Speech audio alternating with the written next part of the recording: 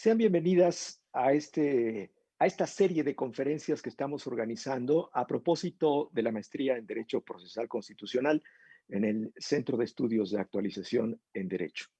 El día de hoy tengo el gusto y el honor de recibir a una querida amiga constitucionalista, experta en derechos humanos, la profesora Daniela Salazar. Em, yo tuve oportunidad de conocer a Daniela hace varios años en un grupo que organizó y que convocó el Instituto de Investigaciones Jurídicas de la UNAM, que se llamaba Debate Constitucional Contemporáneo. Era un grupo diverso y muy sólido que teníamos como propósito dialogar sobre la problemática constitucional latinoamericana y europea con el propósito de proponer algunos contenidos constitucionales modelos para América Latina. Y me acuerdo que en ese grupo, que era, les digo, muy diverso y al mismo tiempo súper interesante y enriquecedor para los que participábamos allí, pero estaban Eduardo Ferrer MacGregor, Pedro Salazar, Carla Quintana, Micael Alterio, Roberto Saba, Martín Bomer, Hermano Vitale, Alfonso Herrera, por recordar algunos, pero era numeroso ese grupo. Y ahí también estaba Daniela Salazar. Y ahí es donde pude conocer cuál era la perspectiva que tenía de algunos problemas latinoamericanos, y particularmente desde su experiencia como ecuatoriana, en donde es una constitución que a mí me parece que tiene elementos bien interesantes para analizarse desde lo constitucional. Desde sus principios fundamentales, cuando comienza diciendo que el Ecuador es un Estado constitucional de derechos, con ese. Ese es una fórmula interesante que tiene implicaciones, por supuesto, que van más allá de haberle puesto la S, ¿no? Eh, y además dice que es un Estado constitucional de derechos y justicia.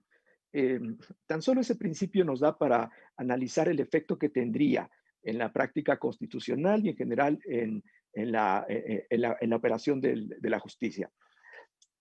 Y luego, el factor que nos convoca al tema de esta conferencia, pues tiene que ver con uno de los rasgos característicos del constitucionalismo latinoamericano, la forma en la que se hizo la recepción nacional del derecho internacional de los derechos humanos, a través de el bloque de constitucionalidad o estas cláusulas de apertura constitucional, donde en muchas constituciones latinoamericanas lo que se ha hecho es que se le otorga jerarquía constitucional al derecho internacional de los derechos humanos. En la Constitución ecuatoriana, esto está en el artículo 10, en los principios de aplicación de los derechos. En el caso mexicano lo tenemos en el artículo primero, y en la mayoría de las constituciones latinoamericanas podemos encontrar esta cláusula de apertura constitucional. Esta es la puerta precisamente para que los órganos supranacionales de protección de derechos humanos comiencen a interactuar con la jurisdicción constitucional e incluso con la ordinaria. Y el tema que Daniela va a abordar el día de hoy, pues tiene que ver con esa interacción, pero particularmente con la Corte Interamericana y con su competencia consultiva. Lo que más se conoce y lo que más se refiere de la jurisprudencia de la Corte Interamericana, pues son las sentencias derivadas de su competencia contenciosa. Pero las opiniones consultivas eh, últimamente han tenido un impacto bien relevante. Y vale la pena que analicemos cuál ha sido el impacto de las opiniones consultivas en, en Latinoamérica, y el día de hoy, por supuesto, hablaremos de manera específica del caso de Ecuador. Y para ello, una experta como Daniela Salazar, que con ese perfil académico que tiene y que, por supuesto, que su trayectoria y su reconocimiento le llevó a que hoy integre a la Corte Constitucional de Ecuador y que sea en la actualidad su vicepresidenta. Y esos son, me parece, como académico, por supuesto, que los perfiles que enriquecen a las altas cortes, ¿no? Entonces, en ese sentido, me da mucho gusto recibir a Daniela Salazar en esta conferencia, pero además también que esto sea como el acto de bienvenida para que se integre al grupo de profesoras de esta maestría en Derecho Procesal Constitucional, a partir de las posibilidades que nos ofrece esta transición forzada a la educación a distancia. La última vez que Daniel estuvo en México por cuestiones académicas, por ejemplo, no pudimos coordinar para poder reunirnos. Y hoy la tecnología nos permite reunirnos, ella desde Ecuador, nosotros en Querétaro. Bienvenida, querida Daniela, muchas gracias por aceptar la invitación y tienes el uso de la voz. No, muchísimas gracias a ti, Rogelio.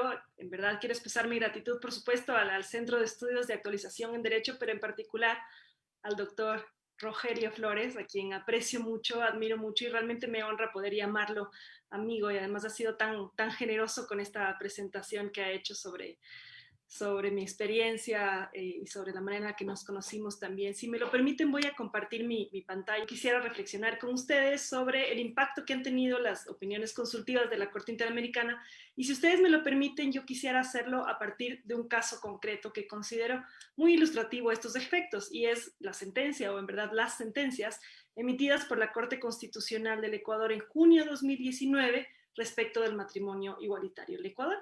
Y es que el matrimonio igualitario en Ecuador no hubiera podido ser aprobado si no es por esa recepción que nuestro ordenamiento jurídico tiene, como ya decía Rogelio, no solo de los tratados internacionales de derechos humanos, sino también de los instrumentos internacionales de derechos humanos, y en particular de la interpretación autorizada que los órganos del sistema interamericano, por ejemplo, realizan de esos instrumentos. Entonces, como antecedente, yo me imagino que todos ustedes lo recuerdan, pero bueno, en noviembre de 2017 la Corte Interamericana emitió su opinión consultiva 24 y 17 y señaló, entre muchas otras cosas, que los Estados parte deben garantizar el acceso a todas las figuras ya existentes en los ordenamientos jurídicos internos, incluyendo el derecho al matrimonio, para asegurar la protección de todos los derechos de las familias conformadas por parejas del mismo sexo.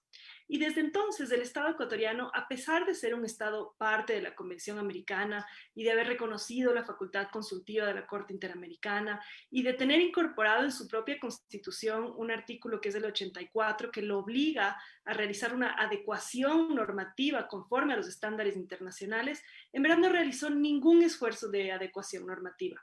Y así, en Ecuador continuaba vigente la normativa no solo civil, sino incluso constitucional, que restringía el matrimonio únicamente a la unión entre hombre y mujer.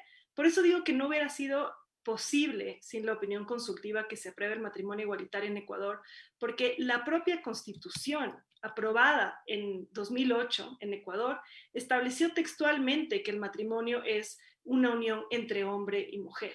Entonces, eh, a diferencia de otros países donde, digamos, tienen normas un poco más genéricas, más principialistas y no se ponen a definir incluso en el texto constitucional cómo debemos entender el matrimonio, pues en Ecuador esta definición, que algunos habían entendido como prohibición, fue elevada al texto constitucional. No obstante, lo que ocurrió es que con la opinión consultiva de 18, las parejas del mismo sexo empezaron a acudir al registro civil en Ecuador, invocando la opinión consultiva para solicitar que se les garantice su derecho a contraer matrimonio. Y en sus solicitudes alegaban varias cosas. Alegaban la aplicación directa de las normas de derechos humanos, que además está consagrada como principio en nuestra Constitución. Alegaban el control de constitucionalidad, señalando que es un control que deben realizar no solo los jueces, sino todos los funcionarios públicos, y entre muchos otros, digamos, argumentos jurídicos que devienen de nuestra propia Constitución. Pero el registro civil se negó en todos los casos a incumplir la normativa vigente, porque la normativa vigente decía que los matrimonios son únicamente entre hombre y mujer. Fue así como, ante la negativa del registro civil, las distintas parejas activaron la justicia constitucional presentando acciones de protección contra el registro civil para tutelar su derecho al matrimonio. Las acciones de protección es una figura similar, con diferencias por supuesto, a lo que ustedes en México llaman el amparo. En Ecuador, esta acción se presenta ante jueces del lugar donde se haya expedido el acto o haya tenido sus efectos. Y eso significa que los jueces ordinarios, pueden ser civiles, laborales, penales, etcétera, los jueces de primera instancia se convierten en jueces constitucionales para conocer estas acciones. Y eso significó también que las acciones de protección presentadas por distintas parejas para tutelar su derecho al matrimonio dado que esto ocurrió en muchas zonas del país, eran conocidas por distintos jueces en diversas provincias, en diversas jurisdicciones, y eso generó una serie de decisiones absolutamente contradictorias. Los jueces de la justicia constitucional ordinaria, perdón, estoy teniendo algún problema para pasar, los jueces de la justicia constitucional ordinaria empezaron a decidir estos casos, les decía, de manera contradictoria. En algunos casos, siendo muy receptivos de los estándares internacionales, aceptando las acciones, tutelando los derechos y ordenando al registro civil que dé paso a los matrimonios, pero en otros casos, rechazando las acciones, restringiéndose a aplicar la normativa vigente de manera textual. ¿Y por qué estas diferencias? Porque finalmente la respuesta a la pregunta que yo les pongo aquí, a la pregunta de si pueden los jueces inaplicar normas vigentes para aplicar directamente los estándares internacionales de derechos humanos, depende de cómo entendamos los métodos de interpretación constitucional, de cómo entendamos las fuentes del derecho constitucional, pero además depende sobre todo de el modelo de control constitucional, de si este modelo es un modelo difuso o si está concentrado únicamente en la Corte Constitucional. Y esta duda en Ecuador, incluso sobre qué tipo de modelo de control constitucional tenemos, se profundiza porque la Constitución de 2008 en Ecuador, como ya decía Rogelio, es muy receptiva de los tratados y de los instrumentos internacionales de derechos humanos. De hecho, los invoca en decenas de ocasiones como fuente misma de derecho. Así, por ejemplo, sobre la jerarquía de los tratados y los instrumentos internacionales de derechos humanos. Tenemos normas en nuestra Constitución que señalan que tanto la Constitución como los tratados internacionales de derechos humanos, si reconocen derechos más favorables a los contenidos de la Constitución, prevalecen. Prevalecen incluso, no solo sobre cualquier norma, pueden prevalecer incluso por sobre la Constitución si son más favorables. También el artículo 417 nos dice algo de esta jerarquía privilegiada que tienen los tratados internacionales. Dice este artículo que los tratados y otros instrumentos internacionales de derechos humanos, al momento de aplicarlos, se deben tomar en cuenta los principios pro ser humano, el de no restricción de derechos, aplicabilidad directa y cláusula abierta, principios que están en la propia Constitución del Ecuador. También tenemos normas que señalan los principios de aplicación de los derechos en general y ahí se nos dice que los derechos y las garantías que están en la Constitución y también en los instrumentos internacionales de derechos humanos son directa e inmediatamente aplicables por cualquier servidor público, administrativo o también judicial. También los jueces directamente pueden aplicar los instrumentos internacionales. El artículo 172 otra vez, las juezas y jueces administrarán justicia con sujeción a la Constitución y a los instrumentos internacionales de derechos humanos y a la ley. Ven ustedes cómo tenemos una serie de normas, y solo por citar una última, el artículo 426 nos dice que las juezas y jueces, también las autoridades administrativas, todos los servidores públicos, incluido el registro civil, por ejemplo, aplicarán directamente las normas constitucionales y las previstas en los instrumentos internacionales de derechos humanos si estas son más favorables a las establecidas en la Constitución, incluso si las partes no las invocaran directamente.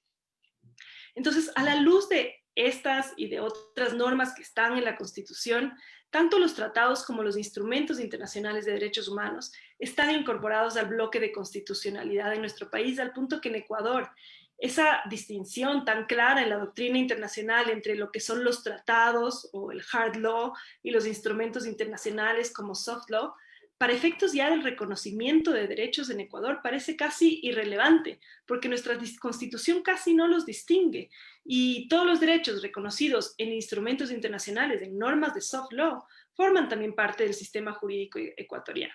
¿Okay? Con esta introducción veamos entonces cómo llega este caso a la Corte Constitucional. Les decía que estos casos fueron llevados a la justicia ordinaria y los jueces empezaron a decidir de manera contradictoria, a veces aceptando la acción de protección, en otros casos declarándola improcedente. En Ecuador, cuando los jueces tienen una duda sobre la constitucionalidad de una norma que va a ser aplicada en un caso concreto, tienen una facultad que es la de suspender el proceso y elevar la norma en consulta a la Corte Constitucional para que sea la Corte la que resuelva sobre su constitucionalidad. De hecho, la sola existencia de esta facultad de la Corte ha sido interpretada o leída por muchos juristas como una prueba o un argumento a favor de que en Ecuador los jueces no pueden hacer un control difuso de la constitucionalidad, sino que ese control está concentrado en la Corte Constitucional, porque la Corte sería la única que pueda tener la última palabra sobre si una norma es o no constitucional y debe o no ser aplicada a un caso concreto. Entonces los jueces consideraron que tenían una duda fundamentada sobre si la norma que restringe el matrimonio a la unión entre hombre y mujer es o no constitucional, justamente a la luz de la opinión consultiva de la Corte Interamericana.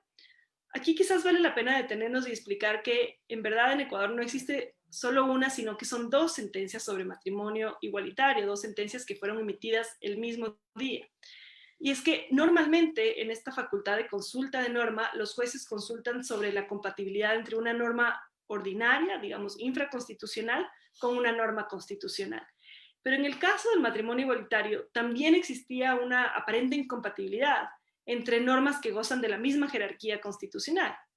Entonces, tenemos un caso, uno de los casos de matrimonio igualitario, ¿no es cierto?, donde el aparente conflicto está, por un lado, entre la definición del matrimonio como la unión entre hombre y mujer, que está en el artículo 67 de la Constitución, y por otro lado, normas que también gozan de la misma jerarquía constitucional. Por ejemplo, el propio artículo 17 de la Convención Americana, interpretado por la Corte Interamericana en la opinión consultiva 24, es parte del bloque de constitucionalidad y pues se lo entiende incorporado a nuestra Constitución.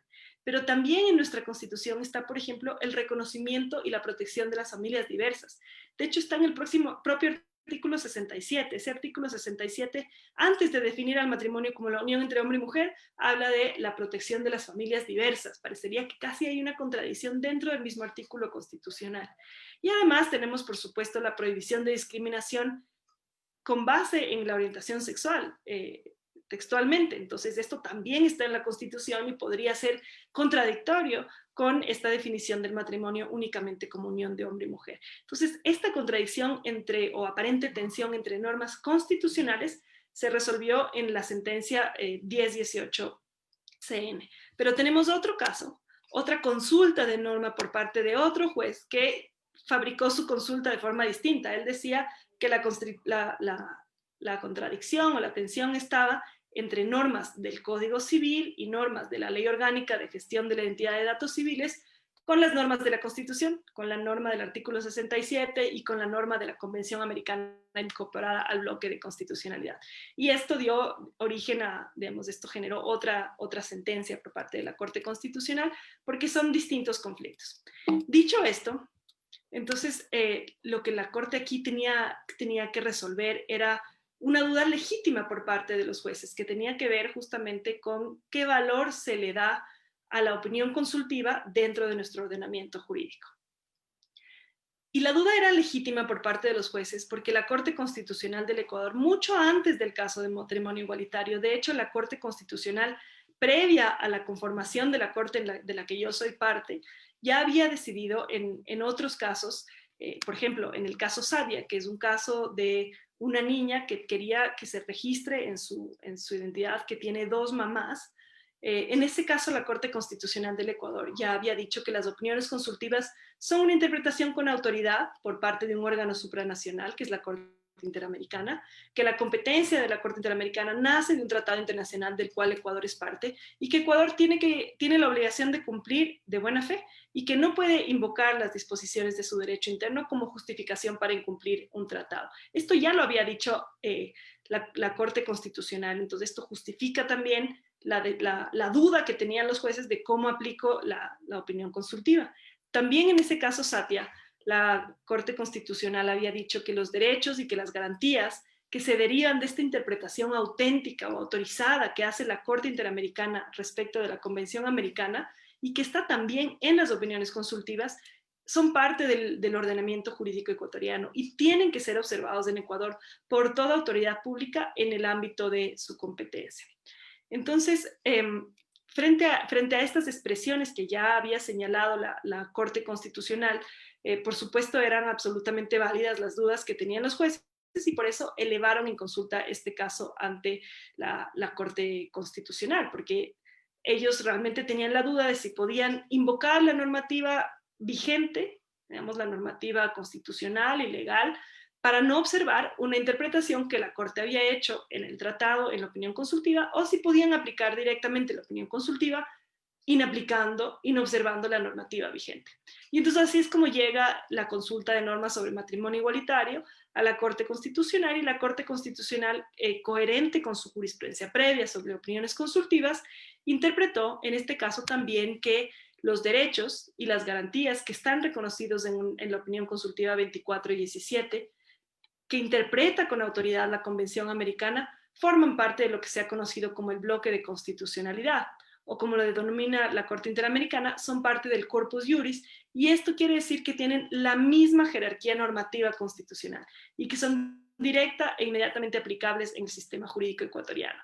Ven la receptividad que tiene en las sentencias de la Corte Constitucional ecuatoriana, no solo los tratados internacionales, no solo las opiniones consultivas, sino realmente la interpretación autorizada que haga la Corte Interamericana, sea en su función consultiva, sea en su función contenciosa. Ahora bien, el tema no es pacífico, particularmente porque en Ecuador, como les comentaba, la Constitución misma es tan reglamentaria que la definición de matrimonio como unión entre hombre y mujer fue elevada a rango constitucional.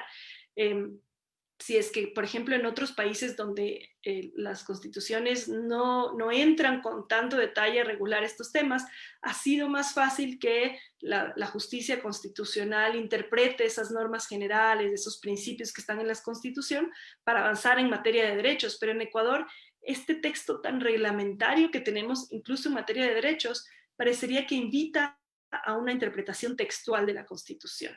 Pero noten también que una norma semejante a la de Ecuador la encontramos en el propio artículo 17, numeral 2 de la Convención Americana, que la Convención Americana, la que fue interpretada por la Corte en la opinión consultiva, también dice textualmente: se reconoce el derecho del hombre y la mujer a contraer matrimonio, muy similar a lo que dice la Constitución de Ecuador. Y a pesar de ese texto, la Corte Interamericana interpretó en su opinión consultiva que las parejas del mismo sexo debían gozar de la protección a su familia, incluyendo el derecho al matrimonio. Y básicamente lo mismo hizo la Corte Constitucional aquí. ¿Cuál fue la gran pregunta que tenía que resolver la Corte en estos casos, del gran problema jurídico? Aquí la pregunta que tenía que resolver la Corte es si es que el contenido de la opinión consultiva 24 y 17, cuando reconoce el derecho al matrimonio de las personas o parejas del mismo sexo, contradice o no contradice ese artículo 67 de la Constitución, donde se dice que el matrimonio es la unión entre hombre y mujer. Aquí la propia Corte reconoció desde el principio que estamos ante dos normas vigentes que están en una aparente tensión. La una establece el matrimonio entre hombre y mujer, eso está derivado en la Constitución, está en la ley, y la otra, el matrimonio entre parejas del mismo sexo, que se deriva de la interpretación autorizada de la Corte Interamericana respecto de la Convención Americana. Y obviamente no quiero sobresimplificar esto, pero necesito resumir brevemente la argumentación que aplicó la Corte Constitucional en su decisión, y para hacerlo lo podemos dividir, digamos, en tres grandes bloques. Primero, sobre interpretación. Lo que dijo la Corte Constitucional es que la Constitución no permite una interpretación rígida, una interpretación literal, que la Constitución exige una interpretación sistemática de todas las normas que están en la Constitución y en el bloque de constitucionalidad, pero además una interpretación evolutiva y una interpretación pro persona, pro homine. Otra parte importante del argumento de la Corte Constitucional tiene que ver con las fuentes del derecho constitucional, en particular con el valor que tiene el derecho internacional de los derechos humanos en nuestro sistema normativo interno.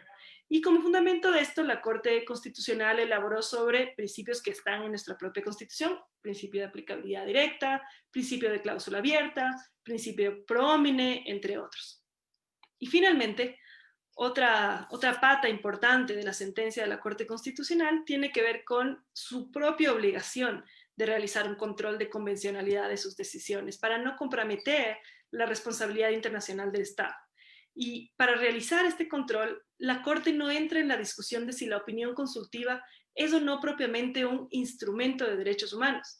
No es que dice que la opinión consultiva es parte del bloque de constitucionalidad por ser un instrumento de derechos humanos, sino que es parte del bloque de constitucionalidad porque es la interpretación autorizada del tratado, y el tratado es definitivamente parte de nuestro bloque de constitucionalidad. Y con base en estas tres grandes líneas de argumentación, lo que la Corte determinó es que en verdad no estamos frente a una prohibición. estamos frente a una definición. Y esa definición lo que pasa es que simplemente es complementada con la definición de la opinión consultiva 24, por lo que no hay una tensión sino un complemento. La definición del matrimonio como aquel entre hombre y mujer, que está en nuestra Constitución, es complementada con la definición de la opinión consultiva 24, que reconoce el matrimonio también a parejas del mismo sexo. Ahora, también debo reconocer, obviamente esta decisión no fue fácil, yo formo parte de una corte muy diversa y eso es muy bueno para la justicia, por supuesto que sí, y dentro de la corte la decisión en estos dos casos no fue unánime, y también por respeto a mis colegas debo contarles un poquito sobre el voto salvado. En el voto salvado, básicamente uno de los grandes argumentos tiene que ver con que la opinión consultiva no es un instrumento internacional de derechos humanos y que nuestra Constitución se refiere a los instrumentos internacionales de derechos humanos, pero que la opinión consultiva no es tal, porque no está emitida por los estados como soft law, sino que es únicamente una interpretación de la Corte Interamericana, pero al no ser una norma que la emiten los propios estados, pues no es un instrumento internacional de derechos humanos. Ese es uno de sus argumentos. Después también se dijo que el voto de mayoría constituía una interpretación arbitraria de la Constitución porque es contraria al texto de la Constitución. En ese sentido se dijo que los jueces de mayoría somos básicamente sepultureros de la Constitución y que lo que habíamos hecho a través de esta sentencia en verdad era una reforma a la Constitución por vía de sentencia y que eso está prohibido. En mi opinión, en verdad son dos formas muy válidas de interpretar la Constitución, tanto la sentencia de mayoría como el voto salvado. Son formas muy válidas que en verdad solo responden a dos visiones distintas sobre la interpretación constitucional, sobre las fuentes del derecho y en particular sobre el valor y sobre la eficacia de la jurisprudencia de la Corte Interamericana, incluyendo a las opiniones consultivas. Por supuesto, es fácil y además es absolutamente legítimo criticar a las cortes y a los tribunales que aplicamos el control de convencionalidad al punto de inaplicar la normativa interna, discutida y aprobada por el órgano representativo, popular o soberano. Sin embargo, no podemos desconocer que los jueces nacionales, aplicando el control de convencionalidad y realizando una interpretación evolutiva y pro persona, han logrado proteger y garantizar los derechos de las víctimas y de las personas excluidas sin necesidad de obligar a esas personas a acudir al sistema interamericano de protección de derechos humanos. Ejemplos sobran, yo escogí el del matrimonio igualitario y creo que el impacto de la opinión consultiva se refleja en estas imágenes que les estoy mostrando de las personas que apenas se emitió la sentencia de la Corte Constitucional acudieron a celebrar sus matrimonios. Pero este es solo un ejemplo y en verdad hay muchos. Y es que cuando se critica el control de convencionalidad, hay algo que con frecuencia no se mide, y es la dimensión preventiva que tienen las decisiones del sistema interamericano cuando los tribunales nacionales y en general todas las autoridades públicas son receptivos de la jurisprudencia de la Corte Interamericana a través del control de convencionalidad y aplican los estándares interamericanos en lugar de aplicar la normativa interna, incumplir su obligación de tutelar derechos y comprometer así la responsabilidad internacional del Estado. Yo les invito a que cuando piensen en el sistema interamericano, reflexionen que no todo es las sentencias, ejecutar las sentencias, cumplir con las medidas de reparación. Hay otras formas de impacto, y ese impacto preventivo tan difícil de medir es quizás mucho más valioso que aquel que podemos medir que tiene que ver con el cumplimiento de las sentencias. Ahora, también hay una discusión válida sobre la autoridad o la legitimidad que pueden tener 9 jueces de una corte regional como la interamericana para definir temas que finalmente deberían ser definidos internamente. Y cuando digo internamente no me refiero a internamente por 9 jueces de una corte constitucional como aquella que yo conformo, sino por los órganos representativos del poder soberano y popular. Reconociendo que esta es una discusión muy válida, en mi opinión, deberíamos enfocarnos menos en discutir quién debe tener la última palabra, si son las cortes nacionales, si son las cortes supranacionales. En verdad, a fin de cuentas, lo que importa es a través de qué vía se consigue la mejor protección de los más vulnerables, de los desaventajados, de los tradicionalmente excluidos. Y yo creo que ese, y no otro, es el norte que debe guiar la interpretación de todos los jueces. Aunque nos llamen activistas. Yo en lo personal no sé en qué momento el activismo se volvió casi un insulto para referirse a los jueces. En mi opinión, los jueces proactivos, comprometidos, los jueces a los que no les tiembla la mano, Los jueces que saben que su rol es la protección de los derechos humanos y la protección de los más vulnerables son jueces indispensables. Y así como a la Corte Interamericana se la criticó por haber emitido la opinión consultiva 2417 sin esperar a que exista un consenso regional sobre el matrimonio igualitario en los estados partes, obviamente también a la Corte Constitucional en Ecuador se la ha criticado por no haber esperado a que el matrimonio igualitario se apruebe por parte de la Asamblea. Pero yo sí me pregunto, ¿realmente debió la Corte Constitucional esperar a que el soberano o la Asamblea en este caso decida? ¿O si tiene una oportunidad de proteger derechos, debe aprovecharla? Sinceramente creo que la respuesta de la Corte Constitucional pudo haber sido muy distinta si la Asamblea en Ecuador hubiera al menos iniciado un proceso de deliberación democrática sobre este tema. Pero la Corte Constitucional, y de hecho argumenta al respecto en su sentencia de mayoría, también estaba consciente de que este tipo de temas no necesariamente deben someterse a la voluntad de las mayorías. Y por eso decidió aprovechar la oportunidad para evolucionar, para avanzar en derechos. Y este avance, sin lugar a dudas, insisto en esto, no hubiera sido posible si la Corte Interamericana no se animaba también a emitir su opinión consultiva 2417. Sin embargo, no solo las Cortes nacionales tienen que ser receptivas de los estándares internacionales, en la medida que esos estándares tengan una interpretación más favorable de los derechos, sino que al mismo tiempo también las Cortes como la Interamericana podrían beneficiarse de una mayor receptividad respecto a los consensos regionales alcanzados a través de los ordenamientos jurídicos internos y de la jurisprudencia de los tribunales constitucionales. Si es que no lo hace, las decisiones de la Corte Interamericana podrían empezar a estar realmente alejadas de la realidad nacional. Y al hacerlo así, la Corte Interamericana en verdad también empieza a poner en riesgo su propia legitimidad, porque sus decisiones no se van a cumplir. Hay muchísimas teorías o muchas explicaciones sobre las razones de la falta de cumplimiento de las decisiones de la Corte Interamericana, pero una de ellas justamente señala que el incumplimiento se debe a que las decisiones de la Corte no gozan de suficiente legitimidad, que están aisladas de la realidad regional, que miran hacia Europa, que no miran hacia América Latina, y en otras palabras, que mientras más intrusiva es la jurisprudencia, mientras menos deferente es al margen de apreciación del que debe gozar cada Estado, pues más resistencia genera esa jurisprudencia en los Estados parte y probablemente sea menos posible que las cumplan. Quizás por eso en Europa, por ejemplo, el Tribunal Europeo de Derechos Humanos ha sido más respetuoso de los consensos regionales y ha otorgado a los Estados un margen de apreciación nacional para decidir ciertos temas, en oposición a la Corte Interamericana, que ha sido una corte más bien maximalista, una corte cuyos estándares apuntan al máximo, marcan hitos y exigen que los Estados parte vayan adecuando su normativa interna y apliquen el control de convencionalidad de sus decisiones. Se trata de una discusión que no es nueva y no por eso es menos relevante. Yo creo que toda corte, sea internacional o nacional, se debate siempre en una delgada línea entre la deferencia y la interferencia. Ese dilema está siempre vigente. ¿Queremos cortes autorrestringidas o queremos cortes garantes, incluso activistas? En el caso de las cortes internacionales, ¿queremos cortes respetuosas del derecho interno y del consenso regional? ¿O cortes que busquen transformar el derecho interno con base en las obligaciones internacionales que ya han asumido los estados?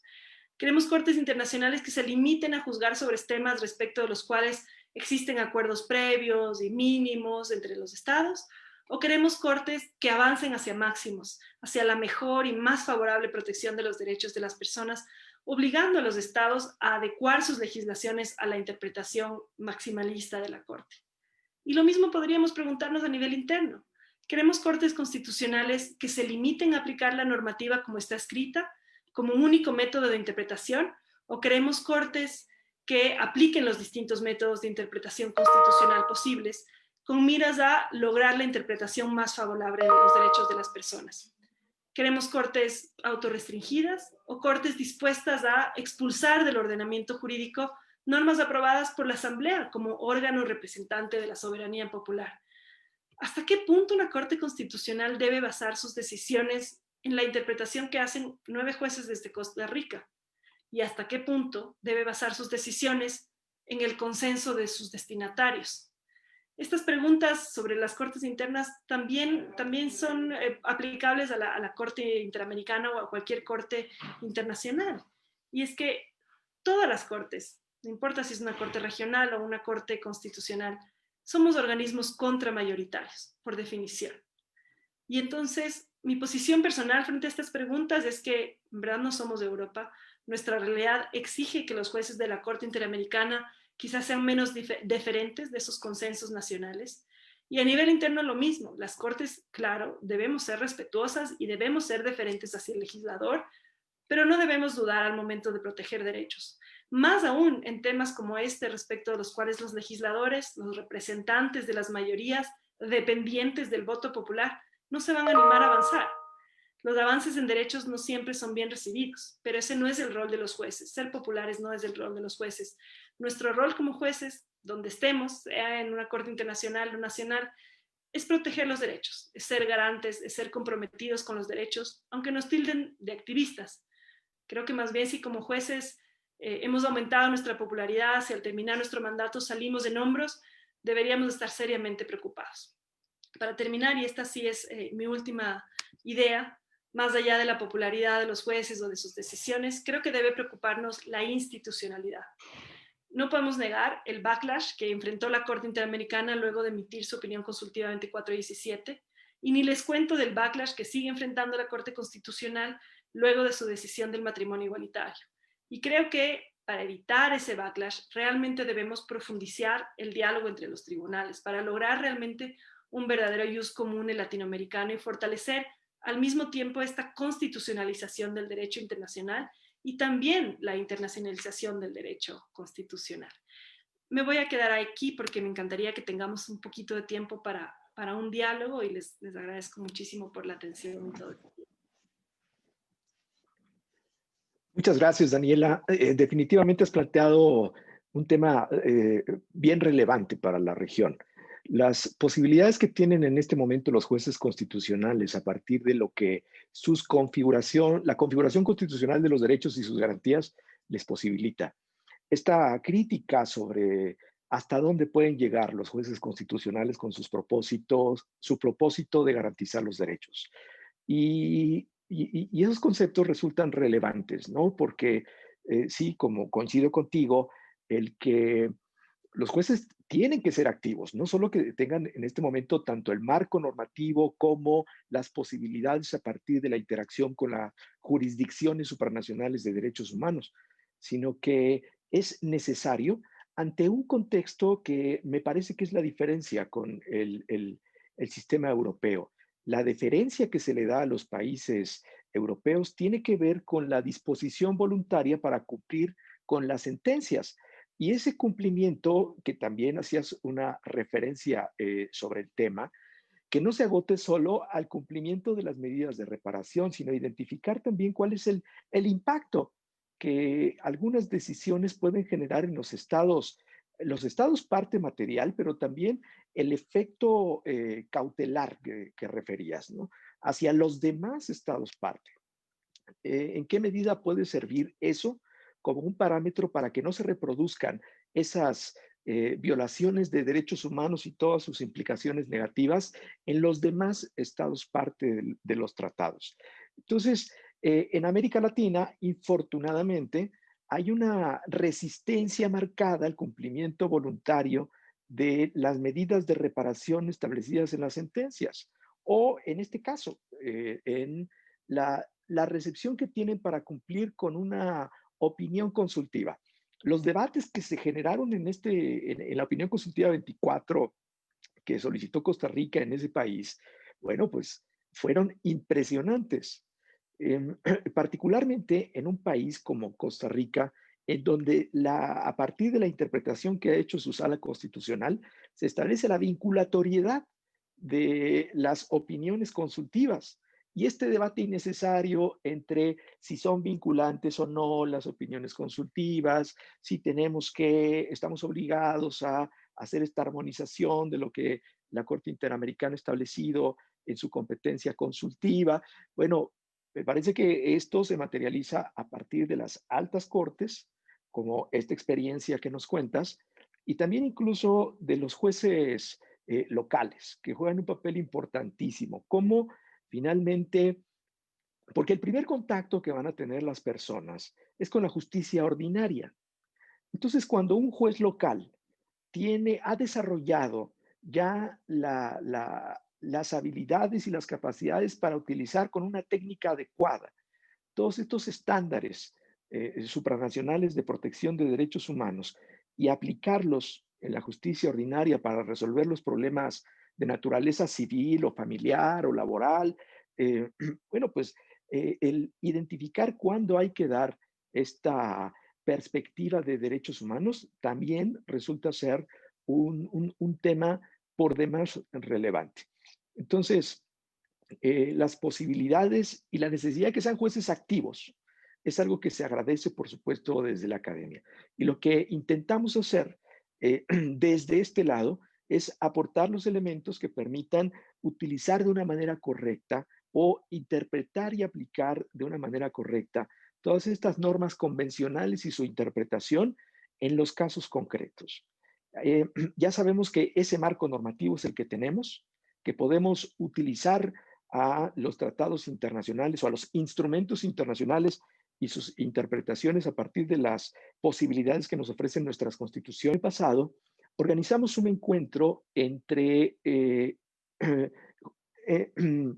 se llamó Encuentro entre académicos y juzgadores.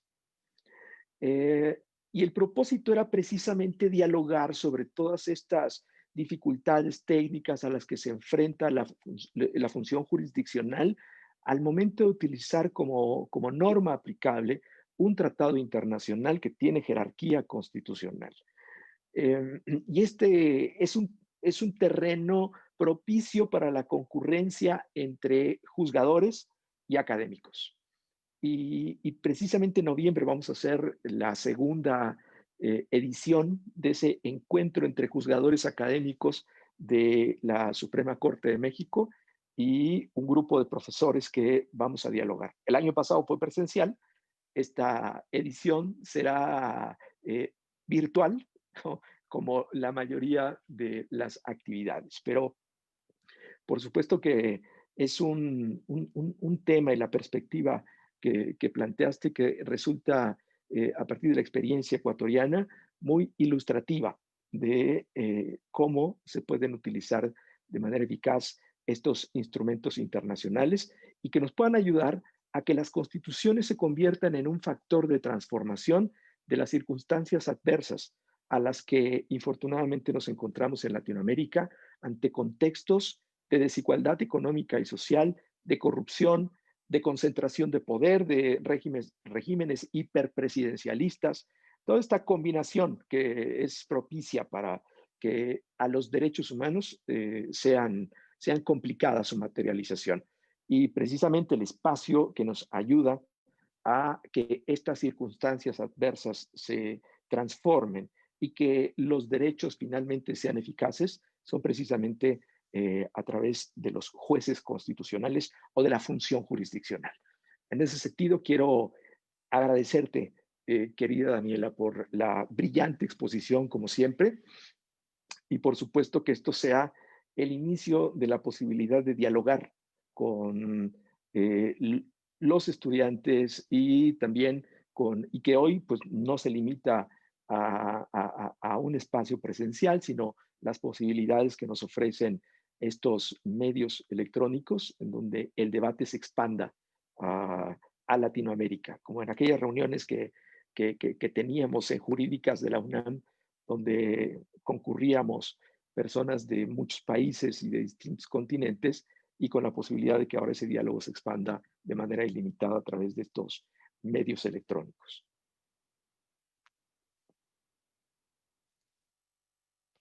Soy yo, Rogelio, la que te agradezco por el espacio.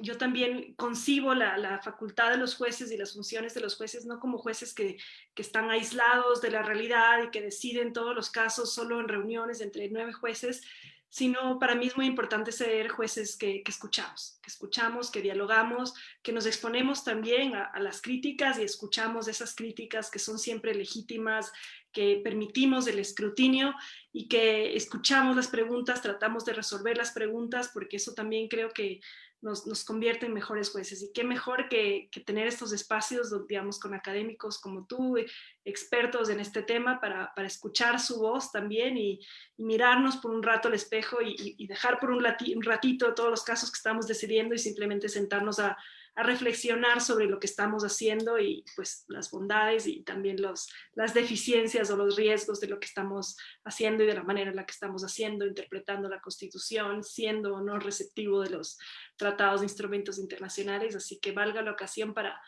reflexionar, para conversar también contigo, para escucharte y ojalá podamos continuar este diálogo en otros espacios y ojalá eventualmente de manera presencial también.